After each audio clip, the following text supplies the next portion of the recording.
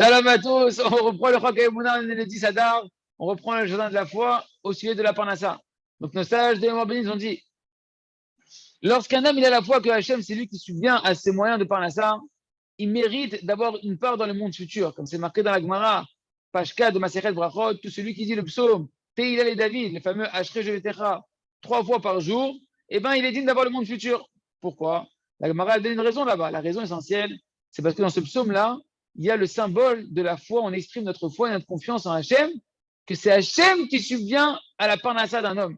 Comme c'est marqué, ouvre tes mains, poteach et yadecha, ouvre tes mains et tu rassasies chaque être humain de sa volonté pour sa parnassa, que tu peux lui envoyer sa parnassa. Et donc en réalité, on voit que l'essentiel de la parnassa d'un homme, elle dépend de sa foi qu'il a en Hachem. Combien ta foi en Hachem, combien tu reçois ta parnassa. Et le contraire, il est vrai aussi. Les soucis qu'un homme il a dans la parnassa, c'est ça qui sont la cause de sa perte de parnassa. On va ramener d'autres phrases du Sefer Amidot de Rabbeinu Akadosh Rabbi Nachman de Breslev, qui sont un recueil des phrases de nos sages, dont toutes les paroles de nos sages, qui sont liées entre la Emouna et la parnassa. Première phrase qui nous amène Rabbi Nachman de Breslev, tout homme qui a de la conscience d'Hachem, qui a de la foi, au final, il finira par s'enrichir.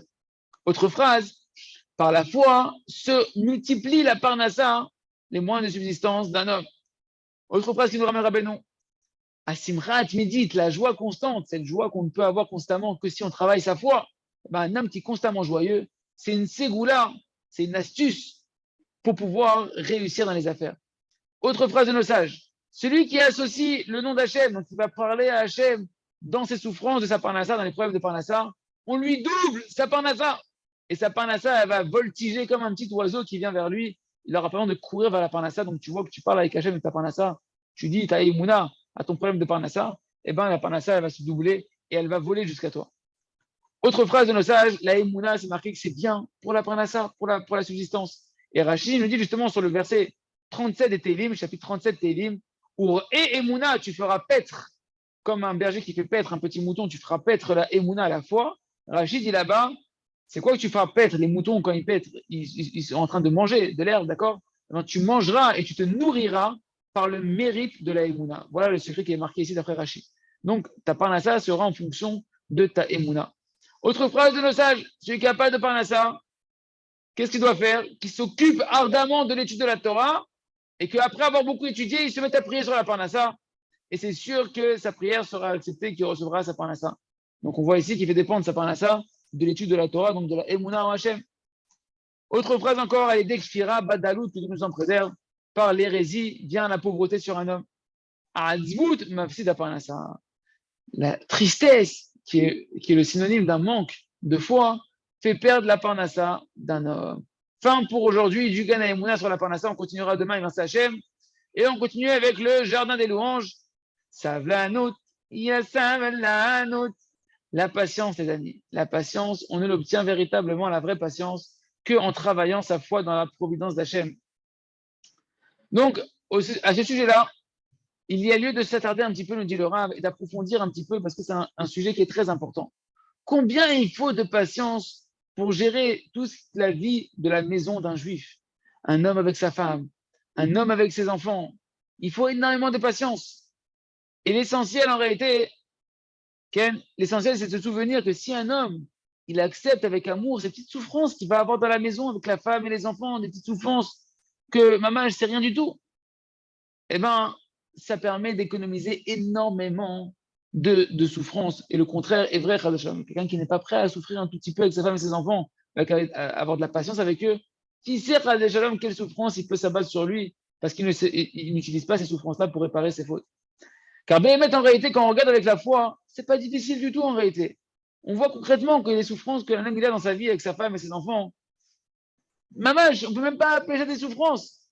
C'est seulement parce qu'un homme ne travaille pas sa émouna, qu'il perd sa patience, et que après les petites choses de rien du tout, elles le font sortir de sa tranquillité d'esprit, et que lui, il se sent rempli de souffrances. Mais Béhémet, c'est lui qui attire sur lui ces grandes souffrances-là. Parce qu'en réalité, il ne travaille pas sa foi que toutes ces choses-là, elles sont organisées par la providence d'Hachem depuis la bonté Kadosh Baruch Hu. Et il n'est pas conscient que c'est des petites souffrances de rien du tout qui sont là pour réparer ses fautes. Et donc, à cause de ça, il ne les accepte pas avec amour. Et donc, ces petites souffrances, elles deviennent insupportables pour lui et elles attirent d'autres grandes souffrances que Dieu nous en préserve. Par exemple, un homme qui n'a pas de patience avec ses enfants, il peut arriver sur lui, chas v'shalom, des souffrances terribles que Dieu nous en préserve. Parce que si Dieu nous en préserve, un de ses enfants, que Dieu nous en préserve, il sort du chemin de la Torah. Il tourne mal, comme on dit, que Dieu nous en préserve. Il n'y a pas de plus grande souffrance que ça. Comme la Gemara Gdosha nous dit que c'est très difficile, les souffrances d'un enfant qui sort du chemin de la Torah, de l'éducation, qui tourne mal, que Dieu nous en préserve. Très difficile à vivre dans la vie d'un homme, plus que les souffrances de la guerre de Gog ou Magog, qui est la guerre d'avant la venue du Mashiach, que les Tanaïm, ils ont dit qu'ils préféraient ne pas être vivants à cette période-là, tellement c'est des souffrances terribles. Or, les souffrances d'un enfant qui sort du chemin, c'est marqué que c'est des souffrances qui sont encore pires. Et c'est dommage comme ça, que personne ne vive ça, que Dieu nous en préserve. Que lorsqu'un enfant ou une fille tourne mal, c'est pire que la guerre de Gog ou Magog. Mais comment on en arrive là? Comment une personne peut en arriver là? C'est parce que les parents, en général, ils n'ont pas suffisamment eu une foi simple qui leur a permis de supporter les petites souffrances qu'il y avait avec leur enfant à la maison.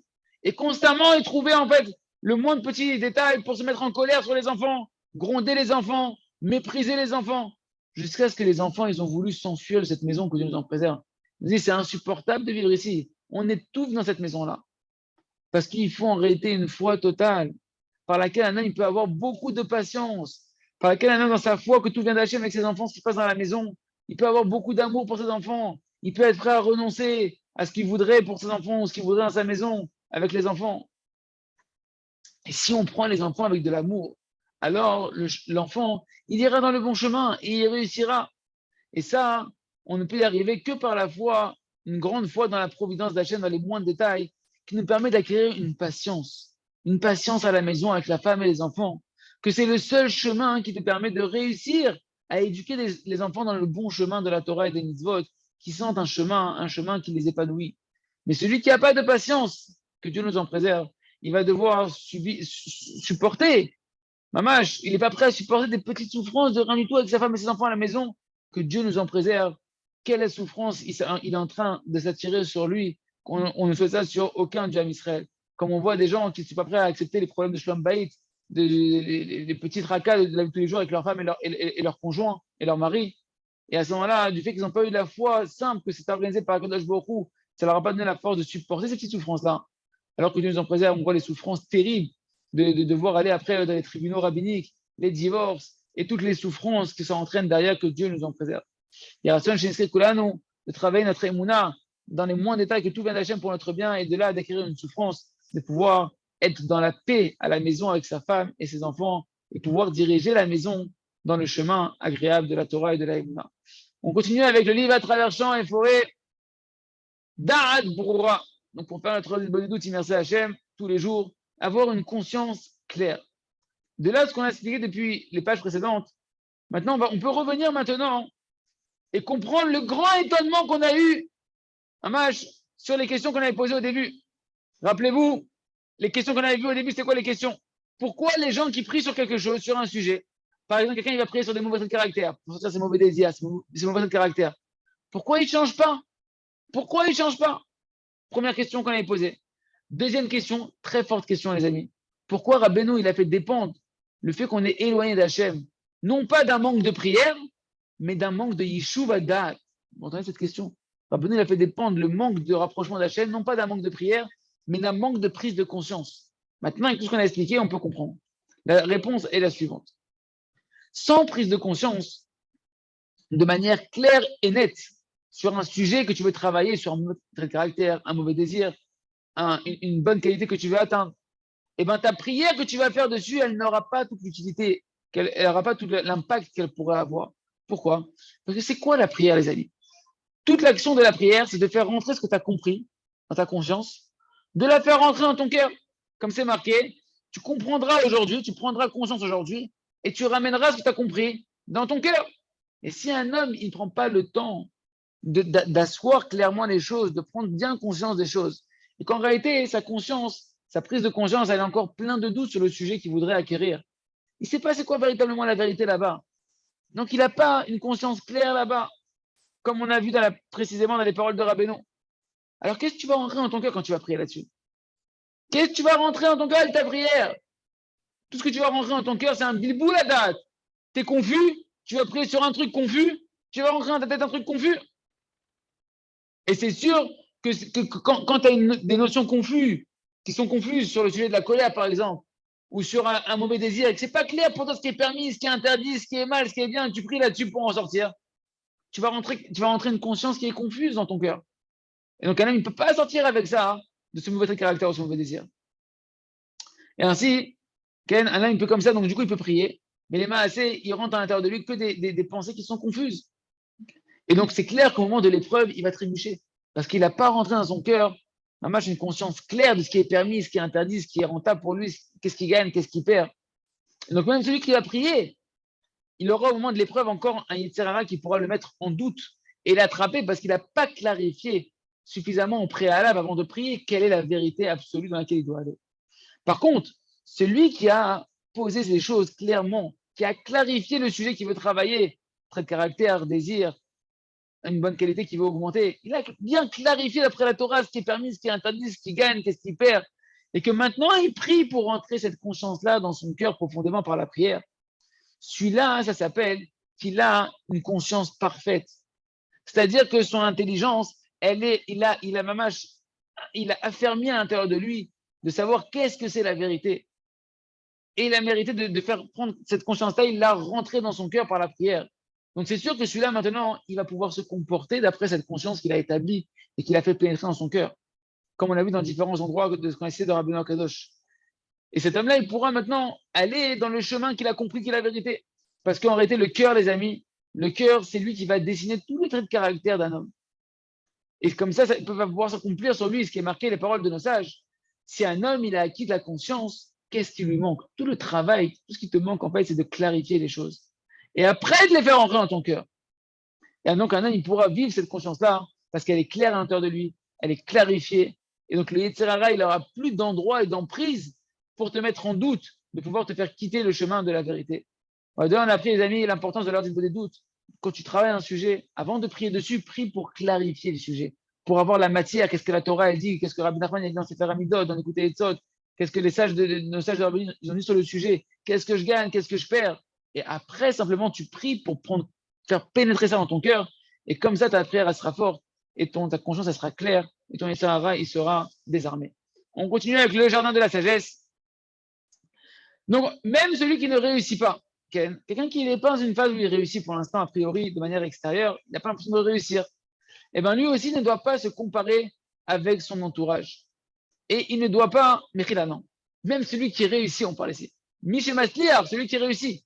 Donc quelqu'un qui va avoir une joie parce qu'il réussit. Tu réussis dans les affaires, tu réussis spirituellement.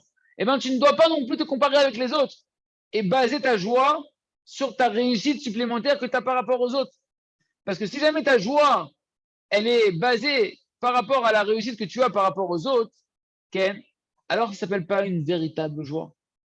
Parce que dès qu'un homme, il pense un seul instant aux autres hommes, alors il a déjà chuté de la foi dans la providence d'Akadosh Baruch Hu et il ne peut plus être heureux de sa part. Ça sera une fausse joie. Ça sera une joie qui sera passagère.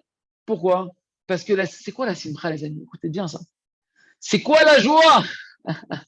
La joie, c'est Hachem. La joie, c'est Hachem en lui-même. Et dès qu'un homme, il voit une autre réalité, hormis Hachem dans sa vie, même si tu te compares avec d'autres pour te dire que tu es mieux que les autres, ça te fait du bien de te sentir mieux que les autres, c'est pas de la joie, ça, mon ami. Ça, c'est de l'orgueil. Que tu es en train de t'attribuer ta joie à toi, à ta propre force, à ta propre puissance, que tu as été meilleur que les autres, tu t'es orgueilli sur les autres, tu es content qu'elle était mis au-dessus des autres. Et ça, il n'y a pas plus de grande hérésie que ça, nous dit le Rav. Et c'est sûr qu'à ce moment-là, cette joie-là, à cet instant, tu crois que tu es heureux, tu n'es même pas en train de rendre compte que tu es en train de te couper complètement de ta connexion avec Akadosh Baruch Hu. Et donc, tu ne t'étonnes pas qu'en réalité, tu ne te sens pas finalement heureux et que tu as besoin encore et encore et encore de chercher encore à te remplir pour être véritablement heureux. Tu te sens insatisfait parce que tu n'es pas connecté à la source de la joie qui est Hachem. C'est pourquoi en réalité, on ne peut être véritablement heureux, nous dit le Rav, que lorsque tu te renforces dans la Hashgacha, dans la providence d'Hachem que tu as sur toi, et que tu vois tous les bienfaits qu'Hachem y fait avec toi, sans te comparer avec ce que les autres ils ont reçu ou pas reçu.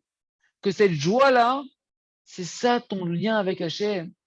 Cette joie-là, c'est le lien avec Hachem. Tu es joyeux d'être connecté avec Hachem, avec la providence d'Hachem, que Hachem, il est lui la source de toute la joie qui existe sur terre. Le lien avec Hachem, les amis, c'est uniquement la Emouna. C'est la foi qu'un homme, il vit la vérité. Il n'y a que Hachem. Je n'ai que Hachem dans ma vie. Hachem, il me fait que du bien. Hachem, il a une providence qui s'exerce sur moi chaque instant. Et j'ai tout ce que j'ai besoin pour ma réparation et pour ma mission. Et cette joie-là, mamash, Shavé la chaloutine, elle est constante, constamment. Peu importe, pour celui qui réussit ou qui ne réussit pas, quand tu es dans la conscience d'Hachem, tu es constamment joyeux. Tu es Bessimcha Tamid. Tu es constamment heureux. Chacun dans son chemin et dans sa mission qu'il doit mener. Et ça, ce n'est possible que si tu arrêtes de te comparer avec les autres. Tant que tu te compares avec les autres, tu ne seras pas joyeux. Il se trouve donc que une vie sans comparaison avec les autres, eh bien, les amis, c'est ça le plaisir extraordinaire qu'on ne peut pas expliquer. Ça ne se vit que pour celui qui vit les choses qu'on est en train de dire ici. D'être heureux d'être avec Hachem, de vivre avec Hachem. Et dès qu'un homme il commence un tant soit peu, un tout petit peu à se comparer avec les autres, peu importe dans quoi tu te compares, sache que tu es en train d'attirer sur toi des souffrances, tu es en train de te déconnecter de ta joie de vivre. Que Dieu nous en préserve, Yiraton, qu'on puisse vivre comme Tam Akadosh en disant Ze maaseh shelo, veze maaseh sheli, ve'od lama lanu ledaber me'acherim. Ça, c'est sa vie à lui. Ça, c'est ma vie à moi. Qu'est-ce que j'ai à parler des autres? Et comme ça, on pourra être Besimcha Tamid. On continue avec le Sefer Bat Hashem. Or Chadash al Tzion Ta'ir V'nizke kulanu bimera leoro. La gloire d'Hachem. C'est quoi le Or Chadash? Cette nouvelle lumière qu'on est en train de chanter ici, les amis. C'est une nouvelle lumière, un nouvel éclairage dans la prière. C'est la lumière de prier avec une foi parfaite. Qu'il n'y a aucune loi matérielle et spirituelle qui peut t'empêcher de demander, d'obtenir ta délivrance spirituelle immédiatement. Tu dois dire à Hachem, c'est vrai Hachem que tu me dois rien. Hachem, tu me dois rien. Ah bah Hachem, donne-moi parce que tu veux que je ne faute plus. C'est pas vrai que tu me dois, tu veux pas que je faute Hachem. Hachem, tu veux pas que je faute, je dis que tu me dois rien, mais tu veux pas que je faute. Alors aide-moi, tu dois crier Hachem Ribono Shel Olam. Est-ce que parce que j'ai fauté tant de fois, je vais continuer à fauter? Bah dès que tu veux pas que je faute, tu me dois rien, mais tu veux pas que je faute. C'est Nachron que tu me dois rien. Mais je vais continuer à fauter pour autant? Pas du tout. C'est vrai que je suis pas digne. Mais est-ce que parce que je suis pas digne, c'est une raison pour laquelle je vais continuer à fauter, que tu ne me donnes pas la force de pas fauter? Est-ce que parce que je me suis tellement éloigné, alors Hachem, tu vas pas me délivrer? Tout ça, c'est vrai. C'est vrai. J'ai fauté Hachem volontairement, même des fois par rébellion, que Dieu nous en préserve. Mais est-ce que c'est à cause de ça, je dois continuer à fauter maintenant Hachem? Hachem, tu peux tout. Hachem, tu es au-dessus de toutes les forces. Tu es au-dessus de tous les principes de ce monde-là. Je suis ton fils. Et tant que je suis dans l'obscurité de mes avérotes, de mes mauvais caractères, de mes mauvais désirs, toi-même, Hachem, tu souffres. C'est une énorme souffrance pour toi de me voir, moi qui suis ton fils comme toi. C'est un chilul Hachem, c'est une profanation de ton nom, Kadosh Baruch Hu, de me voir traîner dans des avérotes, de mauvais caractères, des mauvais désirs, toutes sortes de sites tordus, etc. J'ai besoin d'avoir une délivrance maintenant, Hachem. Sauve-moi maintenant, pour la gloire de ton nom, Hachem. Pour ta gloire à toi, pour ta volonté à toi, Hachem. Pas pour moi, pour toi, Hachem. Et là, qu'est-ce qu'on apprend à Botaï? Quelque chose d'extraordinaire. Que cette prière parfaite, qui a une force extraordinaire, c'est une prière sur Hachem. Tu pries pour Hachem en réalité. Tu pries pour la gloire d'Hachem, pour le nom d'Hachem, par amour pour le nom d'Hachem. Et ça, quand tu es dans cette dimension de cette prière-là, tu peux crier et demander à Hachem et exiger auprès d'Hachem, comme ils ont prié les tzadikim. Les tzadikim, ils ont dit, comme on voit dans ma Sechet Ta'anit, page 20, là-bas, c'est marqué, ils disaient, L'Olir Vodi Asiti, c'est pas pour ma gloire que j'ai fait ça à Hachem. C'est pas pour la gloire de la maison de mon père que j'ai fait ça à Hachem. Pour ta gloire à toi. Je me bats pour ta gloire à toi ici dans mes prières. Et dans cette fila-là, bon, on voit que nos sages, ils ont exigé et ils ont obtenu des délivrances et des changements surnaturels immédiatement quand ils ont prié ce type de prière-là, où ils ont prié pour la gloire d'Hachem. On apprend ça également de Chana. Chana, c'est fait de Chanouka. Chanouka, c'est Chana Kavav. Chana, que Chana, eh bien pareil, elle a prié sur Hachem. Chana, elle a prié vers Hachem. C'est pas marqué qu'elle a prié vers Hachem. C'est marqué, Vatitpalel Chana al Hashem, sur Hashem. C'est quoi sur Hashem? Elle a prié sur le kavod Hashem, pour le kavod Hashem. Elle était remplie d'un cœur brisé, son lèvre est brûlée à l'intérieur d'elle, elle a crié, elle a déversé des paroles de toute son âme. Et elle a prié, mais avec de la puissance. Parce que la Gemara, elle dit qu'elle a envoyé des paroles contre Hachem là-haut. Genre, Kilo, elle a envoyé des flèches là-haut dans le ciel contre Hachem. Mais ce n'était pas contre Hachem. Elle se battait en réalité pour le kavod d'Akadosh Baruch Hu. C'est pour ça qu'elle n'a pas été punie, Hana. Même qu'elle a eu des paroles qui paraissent virulentes. Je veux une délivrance maintenant, etc. Elle voulait quoi? Elle voulait un fils pour servir Hachem. Elle voulait Shmuel Navi qui va oindre le Mashiach, qui va oindre David Ameler, qui va oindre les premiers rois d'Israël dans David Ameler, dans le Mashiach, qui avait la valeur de Aaron et Moshe, qu'elle voulait consacrer que à Akadosh Baruch Hu dans le Tamikdash. Non seulement qu'elle n'a pas été punie, mais elle a obtenu des délivrances. Et elle a mérité de sortir de son. Comment on appelle ça qu'on ne peut pas avoir d'enfant? De sa stérilité. Elle a donné naissance à Shmuel Navi, que Shmuel Navi, il avait la valeur de Moshe Rabbeinu et de Aaron à Cohen réunis ensemble. Toute fila spirituelle, les amis, quand tu pries au niveau spirituel, tu pries pour Hachem. Tu pries pas pour toi. Là-bas, c'est une prière, l'Hachem Shamaï. Tu pries pour que la volonté d'Hachem, elle s'exprime sur terre à travers toi. Tu pries pour le but pour lequel Hachem, il a créé le monde et pour lequel il t'a créé. Et là, quand tu pries comme ça, tu dois prier de tout ton cœur, avec un feu, un match sans fin, de toutes tes forces. Et tu dois être sûr que cette prière-là, hein, tu peux obtenir des délivrances immédiates et qu'il n'y a pas d'attente à ce moment-là. Mais n'oubliez pas qu'une fois qu'on a fini de prier, au moment où je prie, il n'y a pas d'attente. Je prie de tout mon cœur, de toute ma force. J'ai fini la prière, je remets le sourire. Et quand Hachem m'amènera ma délivrance, il m'amènera. C'est la chorma de savoir avoir les deux ambivalences, vouloir monter et accepter ce qu'Hachem me donne entre-temps avec patience. Chazak ve mitrazek.